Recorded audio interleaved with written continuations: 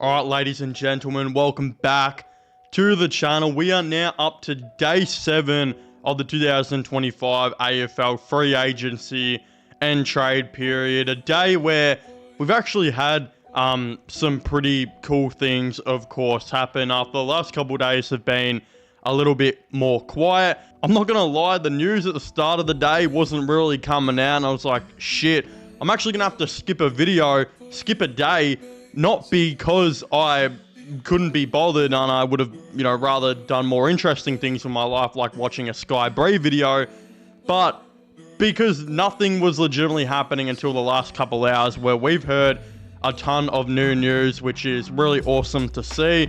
One of the big ones is Oscar Allen has now officially signed with the Brisbane Lions. That whole entire fiasco is all done. The West Coast Eagles will receive pick number 2 as compensation for Oscar Allen. I think this is a massive W for West Coast. I legitimately didn't think that Oscar Allen was adding as much as what he probably should have to the team, especially as the captain. I also kind of thought that Liam Duggan was in a similar boat where he wasn't the captain from what we were saying that I thought he should have been. As a captain, there's obviously a lot of off-field stuff that you have to do and manage. A lot of stuff behind the scenes that we don't actually see as fans, but on the field, I think is also as equal to importancy, because you realistically have to play like a leader. You have to be a leader on the field. You can't be bumming it out on the field. Oscar Allen had some bad games with West Coast this year, and so did Liam Duggan. I think the standout for them was Liam Baker on and off the field, and I believe he will be captain next year. But it's not all to Oscar Allen's fault. We've just been hearing a ton of behind the scenes stuff to do with him and the Eagles. Reportedly he actually wanted to stay, but the Eagles were giving him a really, really low offer, while other clubs, were rumored to be very interested in, particularly the Brisbane Lions, who have now offered him a deal that actually gets the Eagles, the second overall pick.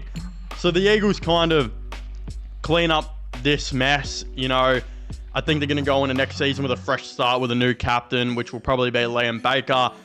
But also, you now bring in pick 2 to come help you for the future of this rebuilding team, and actually gives them a really impressive draft hand of pick 1, 2, and 13.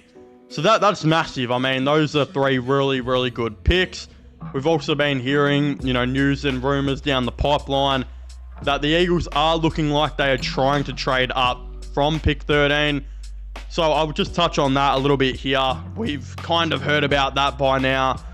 They are trying to move up to about a pick 6 or so, somewhere in that range. Now, at the time making this video, Essendon have pick 6, and I don't think they want to be trading down, especially considering there's a report out there right now which suggests they want to trade up, which we'll touch on to in a second.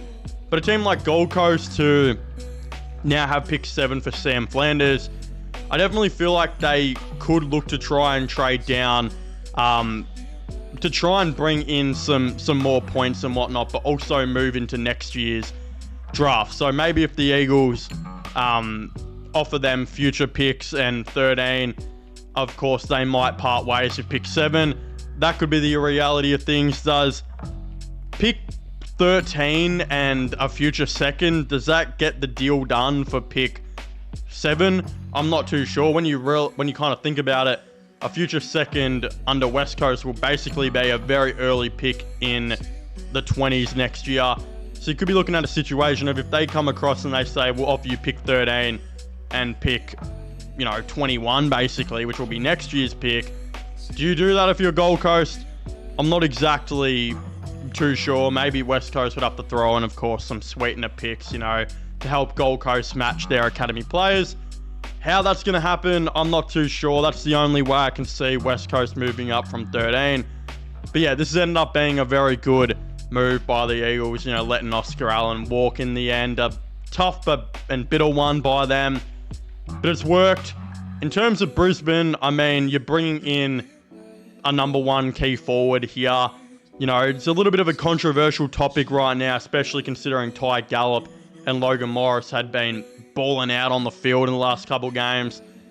But honestly, I feel like for them to stay up the top, they're going to have to keep, you know, rejuvenating this list and making it better as they go. And they can get in a guy like Oscar Allen for free.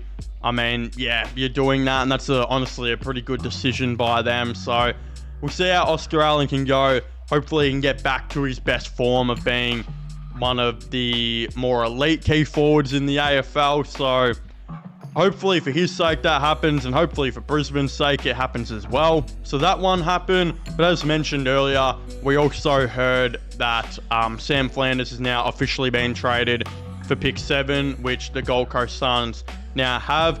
I think this is a very, very good move for St Kilda, first and foremost. Like, I think St Kilda, as much as their off-season has been pretty good, bringing in 2 new key defenders, and, you know, they're going to be bringing in a small forward in Liam Ryan, a couple other different things that they're doing here and there, brought in their new ruckman. I kind of thought that they desperately needed an inside mid, and to me, that should have actually been their biggest priority, bringing in a guy who can complement, you know, Naz. Of course, they started off with signing back Marcus Windhager, which was a great move because he's only getting better and better, and I expect him to be a very solid mid next year. But I still feel like they were 1 or 2 off, and now they've gone in and brought Sam Flanders in, which is a great move. I think Sam Flanders is a really elite inside mid when he's playing there. The only issue is that Gold Coast just had too many good inside mids that Sam Flanders was honestly to them better off just playing elsewhere. You know, they couldn't just be moving a Rowell or someone like that, you know, a Brownlow medalist or whatever down forward. So someone had to sacrifice and play that role, and that's what Sam Flanders has done. Unfortunately for Gold Coast, you know, they're losing another pretty good player, which they seem to be really trying to avoid over the last couple of years, but this year they're doing it. I do say unfortunately, but at the end of the day, they've just brought back in pick 7. Plus, they're going to top up with academy players in Zeke Ewland and Dylan Patterson. So it's honestly not the worst thing for them. So I really don't mind it at all. Of course, as mentioned earlier, with Essendon, they have contacted both West Coast and Richmond and have a desire to acquire a top pick. West Coast currently hold pick 1 and pick 2 now at the time of making this video. Richmond have 2 and 3, which are now 3 and 4. And Essendon have 5 and 6, and they want to try and move up. Now, I don't want to go too much into this one because I actually have 2 videos coming out talking about this topic over the next couple of days. So if you're really interested in that and how I think this trade could happen and if it could be a possibility, I have one talking about Essendon trying to move up for Richmond's pick 3. And of course, I'll have one talking about how Essendon are trying to move up to West Coast pick 2. So an individual video for both of them. Stay tuned for that. I think the Richmond one may even be coming out tonight. The West Coast one maybe in a couple days. So stay tuned for those. We have heard as well that the Crows had interest on Riley Sanders, which I talked about in the video the other day, but they're actually unlikely to proceed with that at this point. I feel like one of the main reasons that has probably truly cooled down is because Riley Sanders is a guy that if he's going to leave, I expect that he's going to leave to Tasmania in the next couple of years when they start a team. You know, he probably wants midfield opportunity and he probably wants it now, but he knows there's no point leaving to a team like Adelaide if a team like Tasmania comes into the league in a couple of years. Not only will they be able to offer him good money in a midfield role, but he's also from Tasmania, so I can't see him moving, and I thought it was a little bit strange when I covered it on the channel the other day. But I do still find it interesting that Adelaide are making some calls around town to try and see what the market is overall for a midfielder, and if there is any midfielders they could maybe try and get. Because after all, they struck out on Petrarca. They, I guess now technically struck out on Sanders, but not really. They know they still need one inside mid, I think from them probably being a true premiership threat.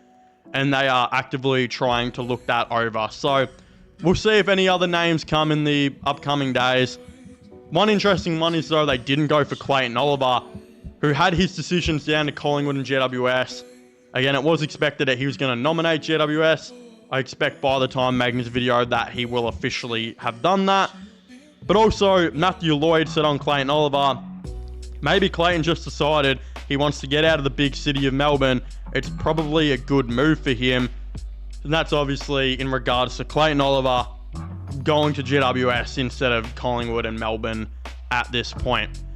So I like Clayton Oliver. I like him to either Collingwood or GWS. I think GWS make a whole lot of sense, especially considering we've heard that Josh Kelly is going to miss a lot of next year. Not only is Josh Kelly going to miss a lot of next year with the hip surgery that he's having, but the type of surgery I believe he's having is usually a career ruiner. Like, we got to remember Kane Lambert, going into, or while playing in 2020, was one of the best wings in the whole entire competition. And honestly, if he played in today's day where wings have actually been accepted to All-Australians, Kane Lambert probably should have been an All-Australian wing. I think he was that goddamn good. One of the key reasons Richmond won 3 flags. He finished top 5 in their BNF multiple times throughout that period. As soon as he started having hip issues, I think it was 2021 or so, his whole entire career was gone by the end of 2022. And you actually watch him walk around right now. I remember watching him at open training, just walking around, and he had some hip issues. It just looked like he was waddling out there like a penguin just because of the hip issues he had throughout his career. And I feel like, unfortunately, if Josh Kelly's hip issues are very similar, he could have his career pretty much done by now, which is why Clayton Oliver is just so important. With or without Josh Kelly, they needed a contested inside clearance guy. So this one honestly just makes a whole lot of sense, and I'm happy he is picking the Giants, of course.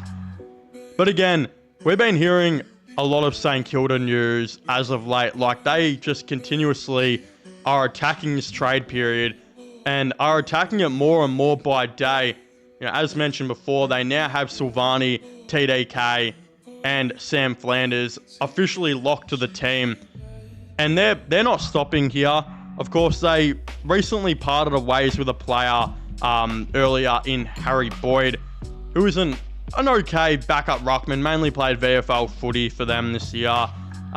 He's actually expected to be getting some looks, with the Fremantle Dockers actually looking at him for their backup ruck spot. That was being reported by the man, the myth himself, footy rhino, Brian Daniels. But also the big one, which has really come out of left field, reported by John Ralph on Herald Sun, that the Goey rumours of St Kilda have reached fever pitch. Now, I didn't even know there were rumours of Goey going to St Kilda. This is a new one to me. It's not like I feel like John Ralph has even reported this at all. He's kind of just come out of nowhere and it's being talked about. John Ralph with an update on Jordan De Goey, saying the De Goey to St Kilda rumours have reached fever pitch, but he's committed to the Pies and clubs haven't approached his camp. He's only 29, so there's plenty of good footy left at the Pies. Be a huge surprise if anything happened. This St Kilda page saying, sorry, what? Have I been living under a rock? I mean, yeah, this is such a random one that has completely come out of nowhere, but it was like John Ralph had been sitting on this like I would usually sit on a freaking fart after eating some Taco Bell. It's just super random, but the reason I feel like he's talking about it right now is because Kane Corns obviously mentioned the other day that he believes if Collingwood had a chance to shop around Jordan De Goey right now, they should be trying to do it. Now, are St Kilda interested in Jordan De Goey? Well, I guess at some stage they have been, and this has been a conversation that has happened and has been had. Did Collingwood go out there and mention his name as a player that they would be looking to trade? I mean, maybe. It wouldn't be the first time we've heard about this. I mean, multiple teams have told players so far this off-season to explore their options. Whether the players like it or not, I mean, we look at Gold Coast and Ben Ainsworth. They, of course, have so many players coming through the ranks, through the academy and whatnot. A player like Jake Rogers, who has recently just had some interest as well. They want to get into the footy team as quick as possible and develop him, as quick as possible as well. But a guy like Ben Ainsworth would kind of have to be semi-pushed out for a guy like Jake Rogers to maybe come in the team and play some consistent footy. Ben Ainsworth is on a lot more than what Jake Rogers on, maybe even overs, because they tried to keep him in a time where they were semi-desperate at the end of 2023, early 2024. They're shopping him around. There's a bunch of other players being shopped around. Was this a situation where Collingwood maybe shopped the Jordan De Goey around? I mean, quite possibly. He only averaged 15 disposals per game for the year. Played less than half the games for the year as well. And even though he played some semi-good footy towards the end of it, especially some okay moments, in the last couple games, and I think even the game against Adelaide, he was terrible at the first, part of it. A lot of injuries he had. He's had injuries in previous years, and I think the main issue with Jordan De Goey has been the off-field issues. Now, I don't really want to talk about the off-field issues with Jordan De Goey because some of them are pretty bad, and he's been, I don't even want to freaking talk about it, bro, because at the end of the day, a lot of us truly don't know what has happened, and I mean, this is some really private shit. De Goey, a couple of these things, they're years and years ago now. I think like 2021, maybe even 2022. Does that justify teams looking at him? I don't know. Leave it to you guys. Does it justify maybe even Collingwood being like, look, you've had these off-field issues in years ago, and since you've got off these off-field issues or you've had injuries, we maybe want to go in a different direction? Is that a situation that's happened? I'm not too sure. The thing is with Jordan De Goey is when he is not too fit, like we saw certain parts this year, De Goey's a pretty bad player. He's very clunky, very slow, and just doesn't look like he should be on the field at all. But when Jordan De Goey is fit and firing and has that burst which makes Jordan De Goey so special, whether it's the burst from the stoppage or the burst leading out of the forward line, Jordan De Goey is one of the better players in the game. It's a weird situation because Corns has come out and said that they should try and trade him. John Ralph has come out now and said St Kilda have been interested in him. Is this one that's going to carry over in the last couple of days of the trade period? Is this one that's now building traction? Because this is one that I hadn't even heard of until yesterday when Kane Corns mentioned it, until now today when John Ralph has mentioned it. 2 reports in 2 days. Is this one going to extend into becoming something bigger? I'm not too sure. But if St Kilda were to try and trade for Jordan De Goey, I think this would be a great move. Because as I've mentioned earlier on the channel, yes, I think Sam Flanders is the perfect fit for the St Kilda Football Club. They desperately need an inside mid in there to help out Naz and, Windhager as well. But I still kind of feel like they're one mid away. After all, throughout the season, they've been playing a lot of different guys in there, trying to find the perfect balance. We saw McRae play in there for a lot. We saw Steele play in there a lot. Both of those guys were limited in their midfield time towards the end of the year. Windhager started to become a permanent fixture in there. Naz became a permanent fixture in there as well. But they still looked like they were 1 or 2 guys away in that midfield because we started seeing some random guys play on the inside towards the end of the year. Like they'd have Naz and Windhager in there, but you'd see like a Zach Jones appear in there who wasn't very good. I think Darcy Wilson played a little bit in there. I feel like his ideal range is to be more of an outside guy. I think I even saw one stage where like a Brad Hill was in there and one game, and yeah, it's cool to play these guys in there and have flexibility, but they're not the guys you probably want in there. I think next year though, they're going to have Flanders in there. They're going to have Matisse Filippo play a lot more in there as well when he comes back off his injury. Maybe Wilson will float a little bit in there as well to add some speed and whatnot. But I still feel like a great burst from stoppage guy would be super awesome for them. De Goey wouldn't be that bad of an option. If they got him for cheap, just paid his salary and gave up whatever, like let's just say they move Rowan Marshall on for the late first round pick that Geelong will probably offer him. If Collingwood do want to get him and they have been, or get rid of him and I've been shopping him around, I would offer that late first round pick if I was St Kilda. And they clearly must have the money for it. Their freaking list manager the other day was joking about how they're going to have money next year. Was he really joking? I don't freaking know. But at the end of the day, if your midfield at like round 15 was like, you know, you had Jack Steele and Jack McRae and a bunch of other guys in there, and you can transform it into next year having Naz in there consistently, Windhager in there, you know, Sam Flanders in there, Darcy Wilson and Matisse Filippo rotating in there as well. Maybe even Travalia. He was one I forgot to mention, played a little bit in there at the end of the year as well. Could a Jordan De Goey be the other one that comes in there? He can also play as a forward. I really like this move, and I feel like this is one that could very well be explored. But of course, I'd very much like to know all of your thoughts and opinions on this in the comment section down below. Do you think a team like St Kilda should trade for Jordan De Goey, or do you think Collingwood should just hold on to him like it looks like they are? You know, don't forget to subscribe to the channel for all our sports content and news. My gaming/movie channel will also be linked down below. Go check that out, as well as giving my Instagram a follow if you haven't already as well, which will be linked in the description down below. But yeah, as I was saying, please make sure to leave a like, subscribe, and comment, and I'll see you guys next time. Goodbye.